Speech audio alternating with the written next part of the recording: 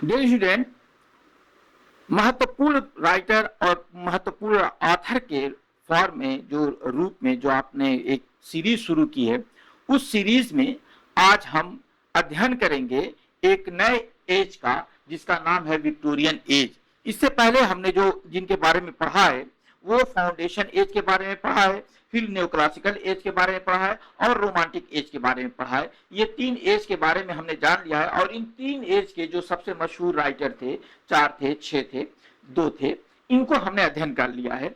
और आज के इस अगले पार्ट में अर्थात जो है विक्टोरियन एज में हम जो है आज बात करेंगे चार्ल्स डिकेंस की। 1812 से लेकर के 1870 तक थे।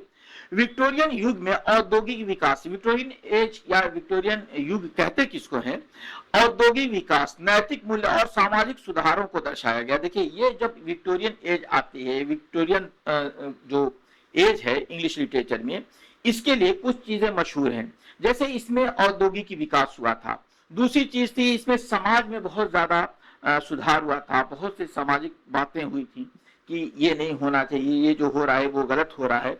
और इसमें जो सबसे मशहूर थे, इसमें चार्ल्स डिकेंस थे।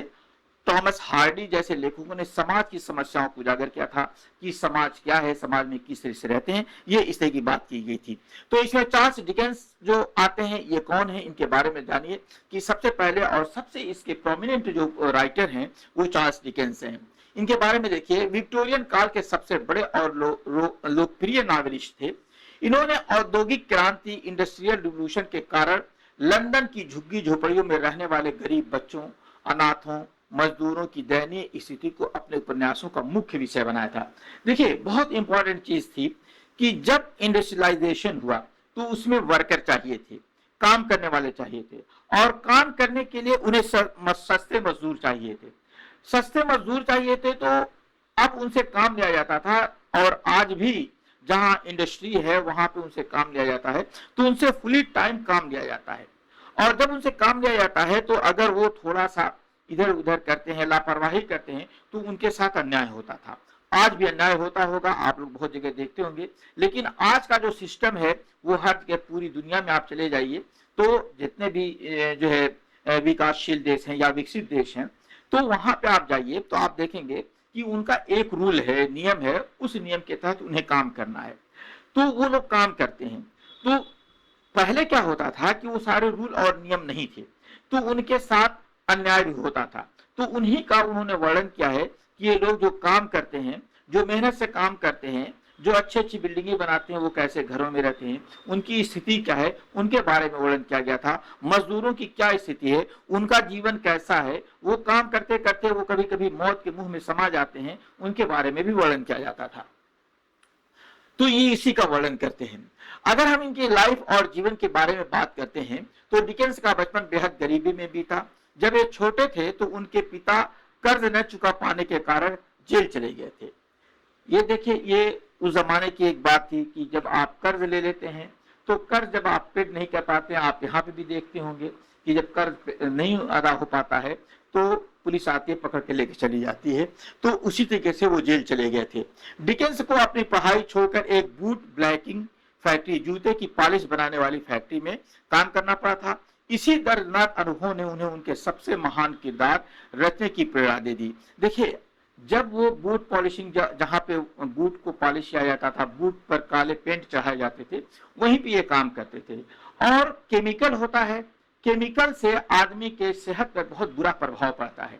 तो इससे वो परेशान हुए थे और उस परेशानी में उन्होंने बहुत सी चीजें देखी थी, बहुत से परेशानियों का सामना किया था। और जब आदमी परेशान होता है तो उसके अंदर बहुत सी क्रिएटिविटी आ जाती है, बहुत सी बातें कहने का जो विचार आता है, और जब उन विचारों को सही रूप में प्रस्तुत कर देता है तो वो दुनिया में मशहूर हो जाता है। वही काम चार्ल्स डिकेंस के साथ भी हुआ था। मेजर वर्क इनके नॉवेल्स शुरुआत में पत्रिकाओं में धारावाहिक सीरियल्स के रूप में पब्लिश होते थे। अगर हम इनकी बात करते हैं तो डेविड कॉपरफील्ड, ये काफी हद तक इनकी ऑटोबायोग्राफी, आत्मजीवनी है। डिकेंस ने खुद माना था कि यह उनका सबसे पसंदीदा नावल है। एक नावल है डेविड कॉपरफील्ड, अगर आप पढ़ेंगे तो पढ़ते पढ़ते आपकी आंखों में आंसू आ जाएगा। और अगर आप कमेंट करते हैं तो मैं उस नावल को, पूरी तो नावल पढ़ाना संभव नहीं है, क्योंकि पूरी नावल पढ़ाने में कम से कम 4 से 6 घंटे लग जाएंगे और इतना लंबा वीडियो बन नहीं पाएगा। अगर उसको पार्ट में बनाते हैं तो बनेगा, तो आप देख नहीं पाएंगे। लेकिन मैं उसकी समरी आपको बताऊंगा और डिटेल समरी बताऊंगा कि इसमें क्या होता है, कैसे कैसे घटनाएं घटित होती हैं। तो ये जो है डेविड कॉपरफील्ड एक कहानी है, इस पर भी आप देखिएगा। ये कहा जाता है कि ये इनकी जो है एक ऑटोबायोग्राफी अर्थात आत्मकथा है। ग्रेट एक्सपेक्टेशन पिप नाम के एक अनाथ लड़के के अमीर बनने और जीवन की असलियत सीखने की कहानी है। पिप द ग्रेट एक्सपेक्टेशन है, आप जानते ही हैं। एक्सपेक्टेशन के माने महत्वाकांक्षाएं होती हैं और उसके साथ लग गया है ग्रेट। तो ग्रेट एक्सपेक्टेशन क्या हो सकती हैं? तो इसमें एक पिप नाम का लड़का है जो अपनी महत्वाकांक्षा से, अपनी मेहनत से अमीर बनता है। उसी कहानी का इसमें वर्णन किया गया है। ओलिवर ट्विस्ट, ये भी एक अनाथालय के बच्चे की कहानी है जो चोरों के गैंग में फंस जाता है। भाई देखिए, अनाथ बच्चे होते हैं तो उनको कोई न कोई अपने जाल में फंसा लेता है, तो इसी तरीके से ये उसके जाल में फंस जाता है। ये उसकी कहानी है, Oliver Twist. A tale of two cities, Paris और लंदन के बैकग्राउंड पर आधारित फ्रेंच रिवॉल्यूशन की कहानी है। The tale of two cities, ये भी एक बहुत शानदार कहानी है। इस पर भी जब आप अध्ययन करना अगर चाहते हैं, इसके बारे में जानना चाहते हैं, तो कमेंट कीजिए, मैं इस पे। ब्लैक हाउस, हार्ड टाइम्स, ये भी उनकी कुछ मशहूर कहानियां हैं। अगर एग्जाम फैक्ट की बात करते हैं तो डिकेंस ने समाज के गरीब और दबे कुचले लोगों के अधिकारों के लिए अपनी लेखनी से एक बहुत बड़ा सामाजिक सुधार आंदोलन खड़ा किया था। देखिए, समाज में बुराइयां फैलती जाती हैं, तो उसमें उस समय के जो जिम्मेदार आदमी होते हैं, जो रिस्पॉन्सिबल पर्सन्स होते हैं, उनको ये होता है कि भाई ये तो गलत हो रहा है, और वो अपने तरीके से उसमें आवाज उठाते हैं। बहुत से तरीके हैं आवाज उठाने के। हम लोग जो है प्रजातांत्रिक देश में रहते हैं और यहाँ पे देखिए किस तरीके से प्रोटेस्ट हो जाते हैं, बड़े बड़े प्रोटेस्ट हो जाते हैं। जब किसी के खिलाफ कोई आवाज उठती है तो वो प्रोटेस्ट हो जाता है। लेकिन वो जो जमाना था, वहां पे प्रजातंत्र नहीं था, तो लोग क्या करते थे, अपनी बातों को एक कैरेक्टर के माध्यम से कह देते थे और उस पर सुधार लाने का प्रयास करते थे। ये उनकी जिम्मेदारी थी। तो ये आपने इनके बारे में, चार्ल्स डिकेंस के बारे में अध्ययन कर लिया है और इनको जान लीजिए, इनके बारे में अध्ययन कर लिया। और अगर इनके बारे में डिटेल वीडियो चाहते हैं, इनके बारे में क्वेश्चन और आंसर चाहते हैं, तो कमेंट कीजिए, मैं आपको बहुत शानदार वीडियो दूंगा, बहुत शानदार मैटर दूंगा। मिलते हैं अगले वीडियो में। Thank you.